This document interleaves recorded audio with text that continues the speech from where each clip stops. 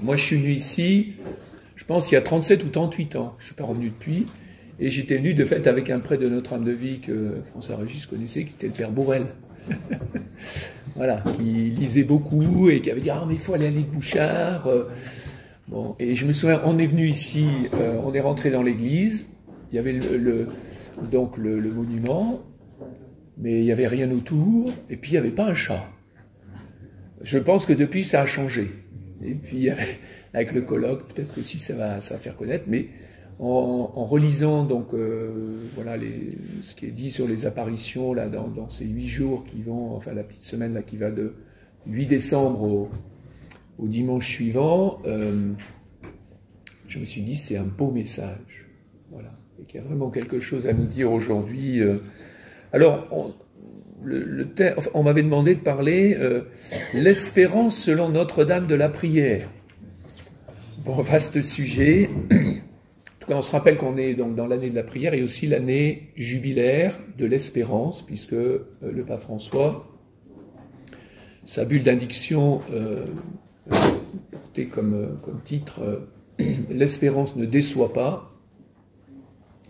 Donc selon Romains 5,5, et vous savez que la phrase exacte c'est l'espérance ne déçoit pas, car l'amour de Dieu a été répandu dans nos cœurs par l'Esprit Saint qui nous a été donné. La prière, elle s'appuie sur cette présence de Dieu en nous. Voilà. Et j'espère que vous êtes bien convaincus que Dieu habite en vous. Hier soir, je me retrouvais avec des confirmants. J'aime bien chaque fois, j'aime bien leur redire ça, quoi. Vous êtes aimés et vous êtes habités par Dieu. L'espace sacré, j'ai envie de dire même le seul espace sacré où Dieu habite, c'est l'âme de chacun d'entre nous. Voilà. Sainte Thérèse d'Avila, parlant du château intérieur où il y a la perle de grand prix qui illumine toutes les pièces du château. Voilà, c'est ça notre âme. Dieu est là.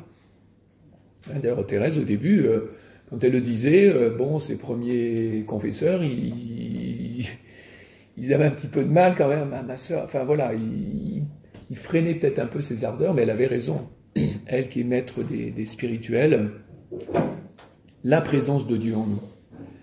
Et quand on est donc dans le sanctuaire ici, eh bien, est compris, oui, nous avons besoin d'images, nous avons besoin de symboles, hein, mais la joie de Dieu, c'est d'habiter le cœur de l'homme. Et tout de suite, on voit la conséquence. Si Dieu habite en moi, c'est qu'il habite aussi en vous, et donc ça va entraîner des relations fraternelles particulières parce que nous sommes tous habités par la présence du Seigneur. Voilà, l'espérance ne déçoit pas, et puis j'aime bien le message qu'il a envoyé aux jeunes, donc c'était pour la journée mondiale de la jeunesse, là, fin novembre, en citant Isaïe, ceux qui mettent leur espérance dans le Seigneur marchent sans se fatiguer. Donc si vous êtes fatigué, vous avez bien compris, mettez votre espérance dans le Seigneur, ça ira déjà beaucoup mieux. Non, enfin voilà, vous avez bien compris que cette avancée, c'est d'abord l'avancée spirituelle, mais c'est vrai qu'avec le Seigneur, enfin voilà, il nous dit sans cesse, je suis là, n'aie pas peur. Le nombre de fois où Jésus dit dans les évangiles à ses disciples, n'ayez pas peur, soyez sans crainte, sois sans crainte, crois seulement, enfin le nombre de fois que ça revient. Mais justement parce que l'Esprit Saint nous est donné et il travaille en nous. Alors, petite digression, moi j'ai fait ma première communion et puis ma confirmation dans une chapelle qui s'appelait Notre-Dame de l'Espérance. Voilà. Et aujourd'hui, notre séminaire interdiocésain, donc est à Orléans, mais avec les diocèses fondateurs, donc Tours, Chartres, Blois, Bourges, Nevers, Sens-Auxerre et Orléans, donc porte ce titre aussi de Notre-Dame de l'Espérance. J'aime bien, parce que voilà, l'espérance ne déçoit pas, car l'amour de Dieu a été répandu dans nos cœurs par l'Esprit Saint qui nous a été donné. Alors, un petit mot, si vous voulez, sur l'espérance. Je ne sais pas si vous n'avez pas eu de conférence là-dessus, hein. Bon, ben ça va, donc je peux en parler. D'abord, le mot espérance dans les évangiles, on ne le trouve pas. Ou alors, si vous voulez, mais pas dans le sens, enfin voilà, théologique, spirituel. C'est Par exemple, Hérode, il espérait voir Jésus. Bon, d'accord, mais c'est pas... Donc, si vous voulez, le mot ne vient pas. Et par contre, on va le retrouver de manière très forte chez saint Paul, là, dans les épîtres de saint Paul. Voilà. Et qu'est-ce que c'est qu'espérer, au fond? On peut se dire, mais c'est quoi espérer? J'aime bien je pense que c'est le vocabulaire théologie biblique qui dit c'est attendre que se réalise ce que l'on désire. Donc l'espérance, c'est une attente. Alors, mais pas n'importe quelle attente, vous savez, c'est pas l'attente anxieuse. Zut, je vais rater mon train, ou je sais pas, mon train n'arrive pas, ou... Non, au contraire, c'est une attente confiante. Il y a un lien entre la foi, l'espérance et la charité. Hein. Une attente confiante et une attente, on pourrait, fidèle aussi. Il y a une fidélité, une persévérance dans la fidélité voilà, quand on attend que se réalise ce que l'on désire. Alors quand on lit la Bible, on voit bien que l'espérance, elle se purifie, elle s'affine au fur et à mesure de la révélation. L'espérance pour Abraham, c'était d'avoir un fils. Bon.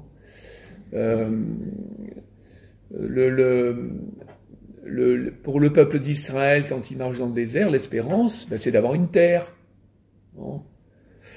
Alors ça se purifie, et puis, mais l'espérance, c'est aussi d'être, si on est des justes dans la foi, on espère une rétribution dans ce monde. Donc vous voyez, on est encore loin de la vie éternelle, d'un monde après la résurrection. Tout ça, ça chemine lentement, et c'est seulement peu de temps avant le Christ, finalement, qu'on commence à parler de la rétribution dans l'au-delà. Hein, avec les martyrs d'Israël, et notamment le livre de la sagesse. Voilà. Alors, en même temps, il y a une constante, c'est que l'espérance pour les prophètes, le peuple d'Israël, au fond, l'espérance, c'est Dieu lui-même. Voilà. C'est Dieu qui nous donne l'espérance. Ça, tout le monde est accroché à ça. L'espérance du peuple d'Israël, c'est Dieu et qui le conduit.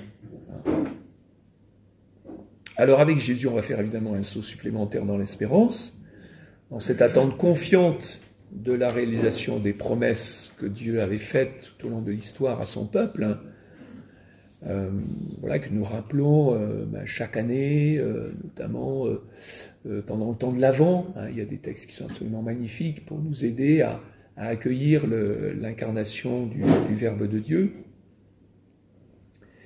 Et donc, avec Jésus, la réalisation des promesses donc, se fait, et à la fidélité de l'attente,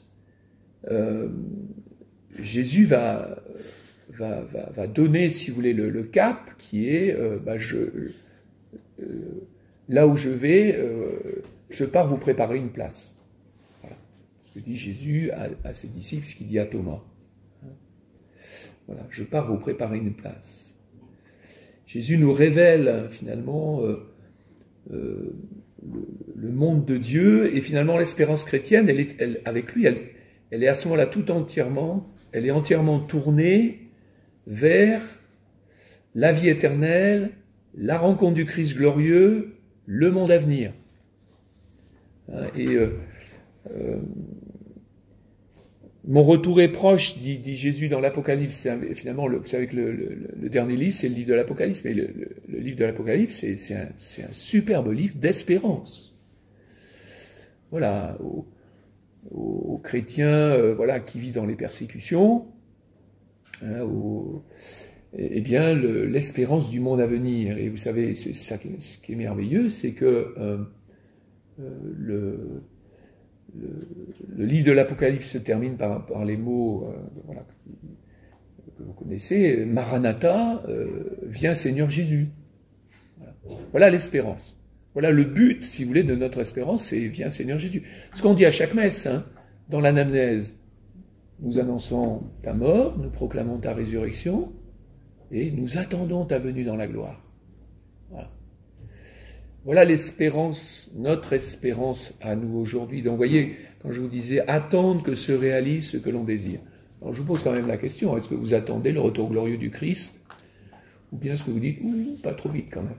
Alors, c'est une question, c'est au passage, c'est une question.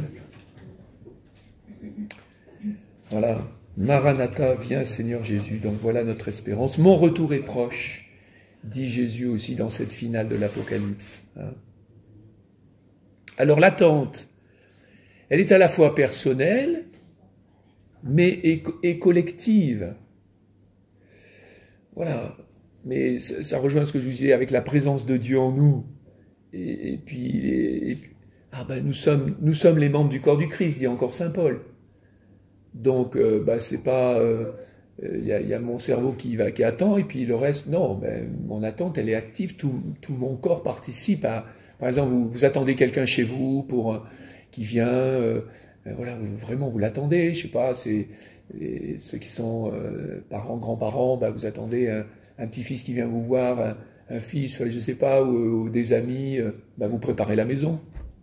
Donc dans votre esprit, évidemment, vous êtes, puis si vous êtes croyant, vous pouvez déjà prier pour ce bon moment qu'on va passer ensemble, et puis tout votre corps participe. Il faut préparer un bon repas, une bonne table, voilà. Vous voyez, l'attente où tout notre être participe. Donc une attente qui est à la fois donc personnelle, mais qui va être collective. Et d'ailleurs, on dit bien, nous attendons ta venue dans la gloire.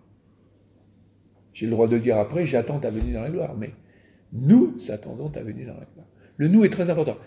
Au passage, allez, je me permets, c'est le pasteur qui parle, mais dans le choix des chants pour la liturgie, moi j'ai senti les inflexions, quoi. Et attention aujourd'hui, par exemple, un chant d'entrée, il ne faut pas qu'il soit au jeu, quoi. Il faut qu'il soit au nous. Vous voyez? Donc, bon voilà, c'est une petite remarque en passage, mais ça m'arrive parfois de dire attention. Il y a vraiment le corps du Christ qui se forme, donc même dans le chant de communion, vous voyez, il faut que ce soit un nous. Hein. Donc à un autre moment, peut-être, je sais pas, on peut mettre un jeu, mais puis il y a des psaumes aussi qui peuvent être au jeu. Mais... Alors, comme à l'île Bouchard, n'est-ce pas? Voilà, l'espérance suscite la prière et l'amour fraternel. Voilà, une attente active, hein, je ne peux pas dire j'attends le retour du Christ, puis je m'occupe d'autre chose, je m'installe en plus dans ce monde. Alors avec Jésus, c'est assez clair. L'espérance, elle nous demande au contraire le renoncement. Voilà. Ah, pas d'installation sur terre, mes amis. Hein. Être chrétien, c'est être nomade. Donc, si je m'installe trop bien, est-ce que je suis vraiment dans l'attente du retour du Christ? Et puis, voilà, l'espérance, elle passe pour nous par la passion, la mort et la mort du Christ, quoi. Et vous savez, quand Jésus ressuscité apparaît, c'est Jésus avec tous les stigmates de la passion. Hein. Donc, voilà, pas trop d'installation sur terre, quoi. Il faut bien que vous viviez quand vous ayez une maison, un toit, mais attention. La vie matérielle peut vraiment nous empêcher d'être dans l'espérance. Et on voit bien, il y a des gens qui possèdent tout et qui sont tristes. Hein, mais vous savez, même parfois, la différence entre des enfants dits du tiers-monde, qui n'ont rien, mais qui sont tout le temps en train de sourire, et puis des visages tristes de chez nous, ça dit quand même quelque chose, ça aussi. Hein. Alors, vous savez que le pauvre, lui, son espérance, elle peut être totale, parce que comme il n'a rien, il attend tout. Et c'est vrai que quand on a, on attend un peu moins, ou puis pas trop vite, Seigneur, quoi. Voilà, le monde à venir. Voilà. Alors, quelque chose quand même qui est très important, tout à l'heure, donc je vous disais, cette présence de Dieu en nous, l'espérance, justement, elle elle est déjà, enfin, la réalisation de l'espérance est déjà là dans le fait que la vie éternelle est déjà commencée pour celui qui accepte de vivre pleinement selon son baptême. Voilà. Voilà, dans la lettre aux Colossiens, vous êtes ressuscités avec le Christ. C'est pas, oui, bien sûr, il y aura comment la plénitude après notre mort, mais ça commence dès maintenant. Et plus nous allons vivre de cette vie dans l'esprit qui nous est donné, plus la vie éternelle est déjà là. Ben, vous le savez bien, vous en faites tous des expériences, vous avez tous des moments de joie.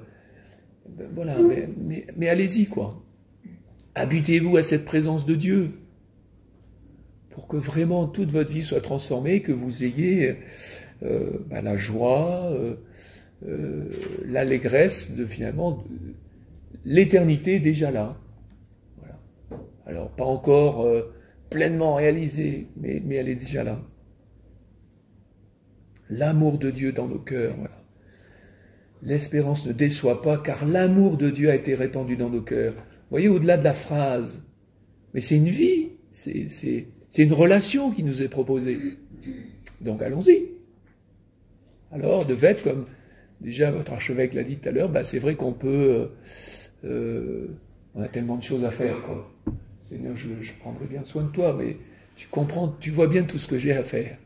J'aime bien l'expression, c'est le curé d'Ars, je crois, qui disait ça. Il y a des gens, quand ils prient, c'est comme s'ils disaient au bon Dieu, mon Dieu, je m'en vais vous dire 2 mots pour me débarrasser de vous.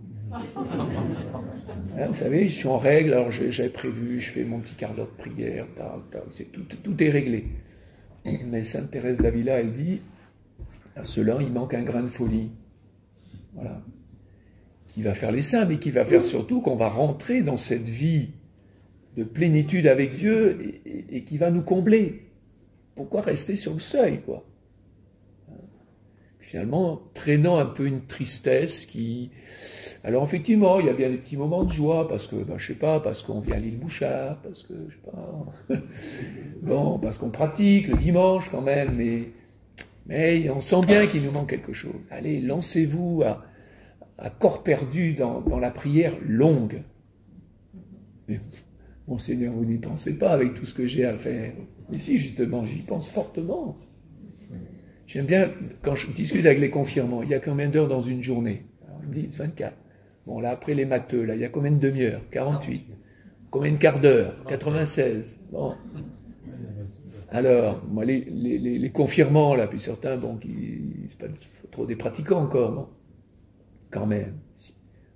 Vous demandez la confirmation. Ça veut dire que Dieu compte pour vous. Vous ne pouvez pas déjà lui donner 1/100 de votre journée. Parce que quand on est à 96 quarts d'heure, bon, on est à 100, quoi. Vous ne pouvez pas déjà lui donner 1/100 de votre journée. Et puis, réfléchissez quand même. Tous les quarts d'heure que vous perdez à des choses complètement superficielles. Voilà. Puis, vous savez, c'est le zapping, et puis bof, voilà. Voilà. Mettons la prière en bonne... Là, vous trouverez la joie. Mais c'est vrai, ça... on ne peut pas avoir le beurre et l'argent du beurre. Voilà. Il faut choisir. Il faut choisir. Jésus, il est assez ferme. Dieu ou l'argent. Bon. Voilà. Comment j'entends ces paroles-là, vous voyez?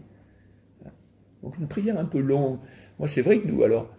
Bon, je pense qu'il y en a parmi vous qui doivent aussi avoir des belles vies de prière, tout en étant mariés, avec des enfants, un boulot, etc., etc. Mais François-Régis le sait, nous, donc à notre âme de vie, on a des foyers, pareil, avec enfants, petits-enfants, responsabilités, etc., qui s'engagent à faire 1 heure de prière par jour. C'est possible. Pourquoi pas? Essayez, vous y trouverez beaucoup de joie.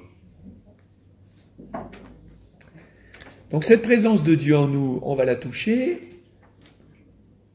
par la foi, l'espérance et la charité. Vous savez, on appelle ça des vertus théologales. Voilà, c'est des qualités qui permettent de toucher Dieu. À chaque fois que je vais faire un acte de foi, d'espérance, de charité, ça va faire tressaillir le Seigneur. Voilà, là je parcourais l'Évangile,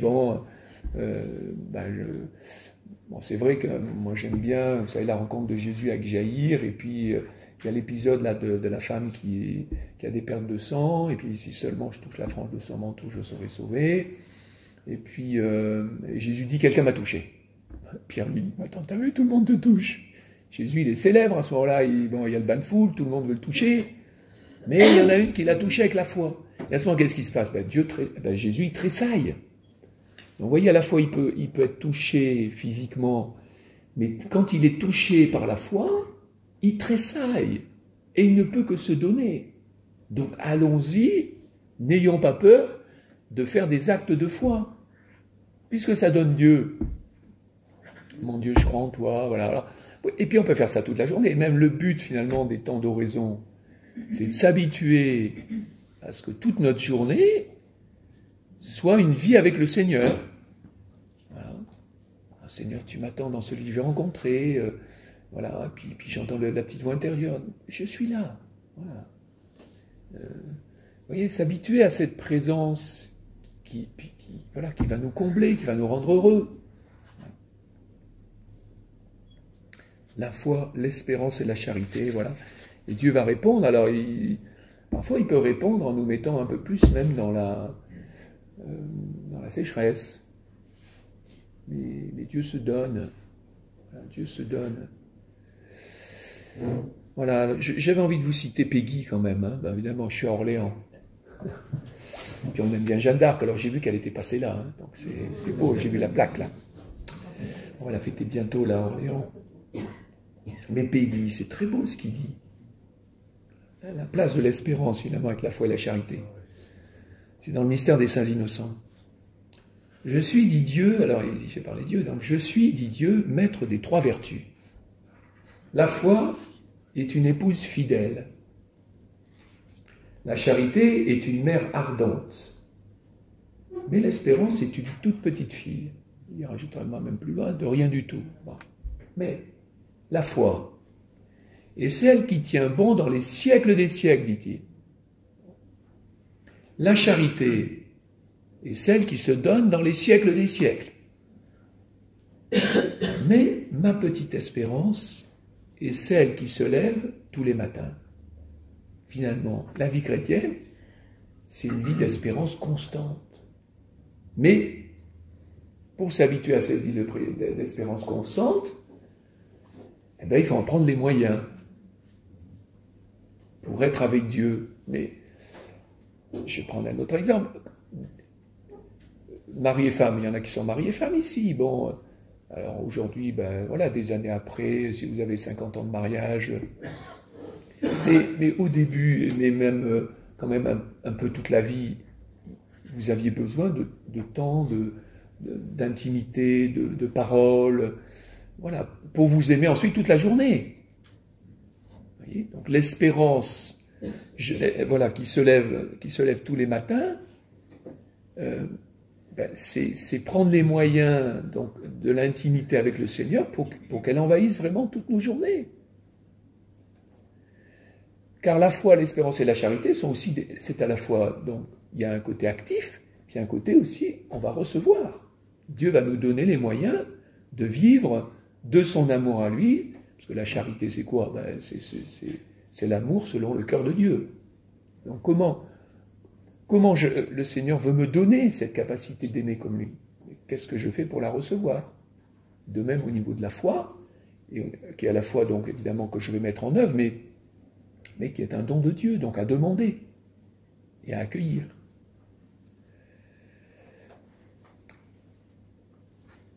Alors, j'ai encore combien? 10 minutes là?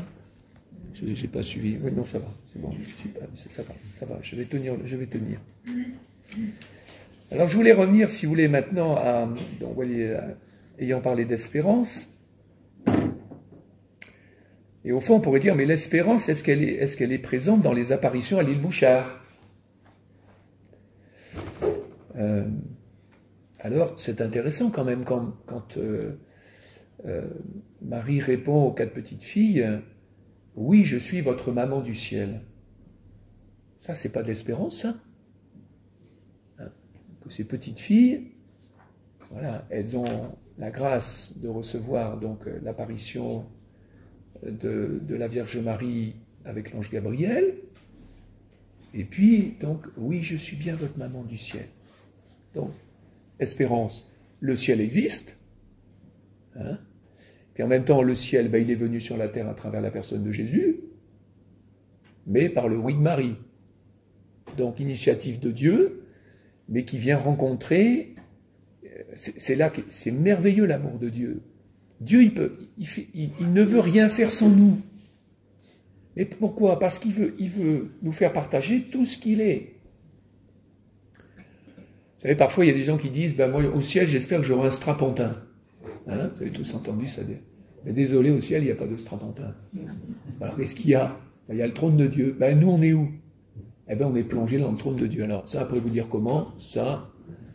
Mais puisque nous sommes déjà le corps du Christ, nous serons avec le Christ, dans une intimité, alors qui dépasse sans doute toutes nos imaginations humaines. Mais nous serons parce que Dieu veut nous faire partager. Tout à l'heure, on va entendre dans la lettre aux Galates, héritier de Dieu. Notre héritage, c'est Dieu. Dieu dans sa plénitude. Dieu, il ne veut pas nous donner des petits effluves de lui-même, il veut se donner lui tout entier. C'est quand même fou. Dieu s'est fait homme, dit saint Irénée, pour que l'homme devienne Dieu. C'est des paroles fortes, vous allez me dire. Mais il ne faut pas les minimiser. Si Dieu descend dans notre humanité, donc l'incarnation par le oui de Marie, et puis on le dit bien dans le credo, il est descendu aux enfers. C'est pas rien. Moi j'aime beaucoup cette phrase. Voilà. Le fait descendu aux enfers, c'est-à-dire que rien des turpitudes de notre humanité n'échappe à sa miséricorde. Voilà. Absolument rien. Nous, on a du mal. Il y a des pardons qui sont difficiles à donner.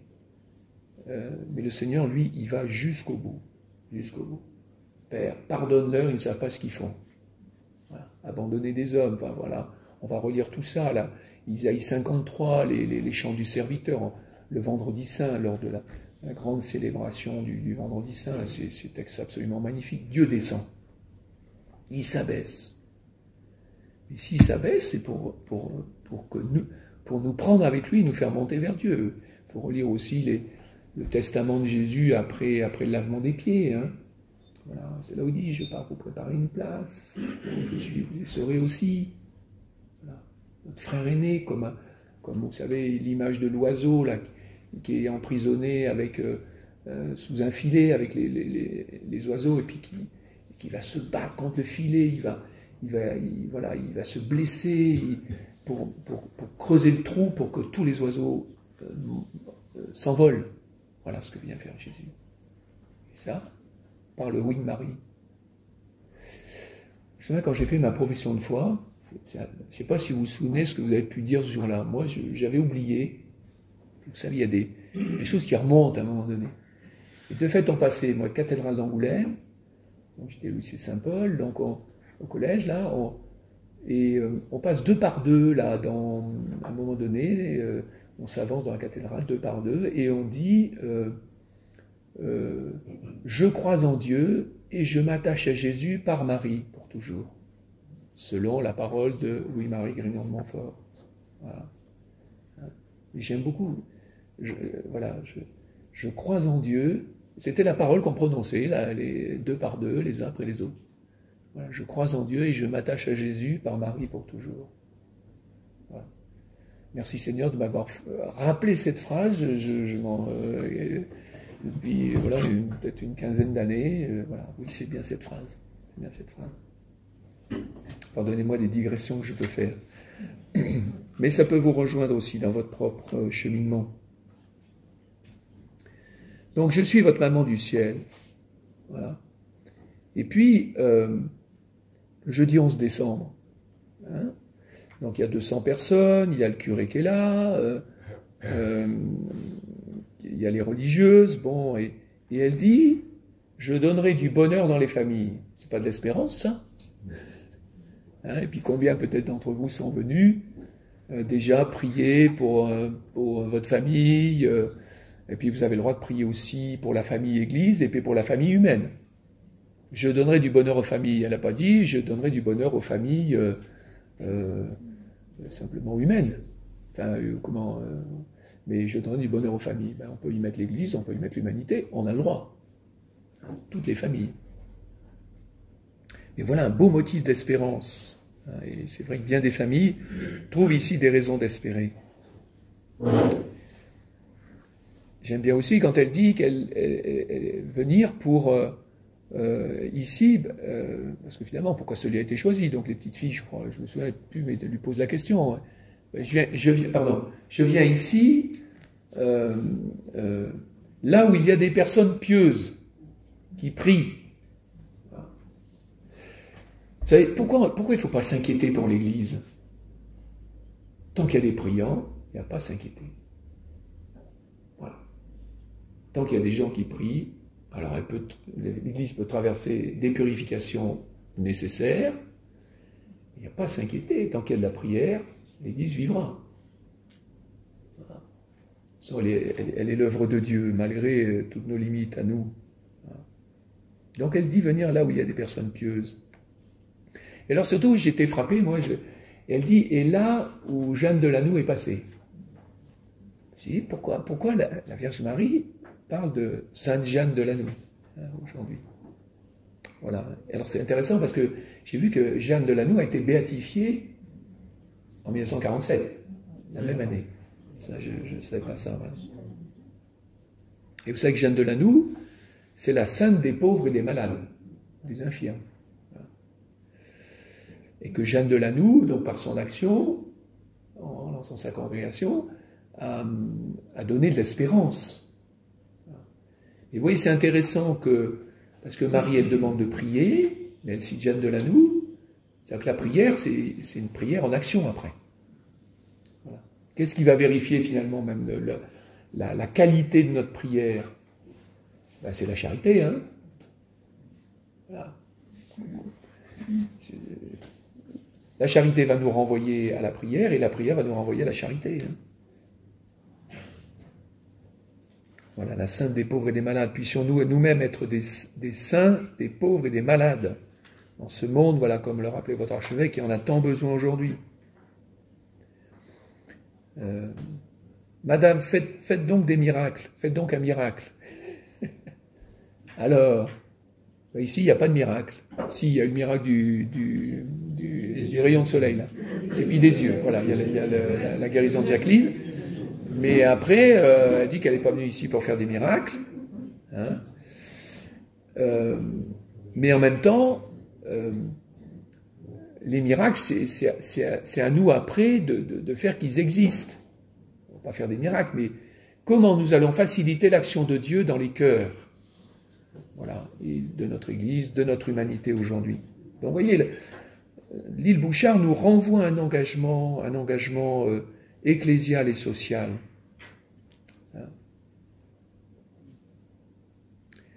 Voilà, elle demande de prier pour la France. Donc vous voyez, elle élargit notre horizon. Hein. Je viens de prier pour moi et pour mes petits-enfants. Bon, c'est déjà pas mal. Mais voilà, est-ce qu'on a toujours ce souci d'une prière large? Voilà, L'Église n'a pas de frontières, les amis. À moins que vous me disiez lesquelles. C'est quoi les frontières? C'est l'Église, c'est les pratiquants du dimanche? Bah, oui et non. Bon. Surtout qu'en plus, ces pratiquants du dimanche, ils sont envoyés, comme le peuple d'Israël, vers les nations. Parce que notre rôle à nous aujourd'hui, vous savez que le peuple d'Israël, son rôle, c'est d'être lumière des nations. Et nous, aujourd'hui, nous devons être lumière des nations. Donc de toute l'humanité, de toute la famille humaine. Sans exclusion de personne.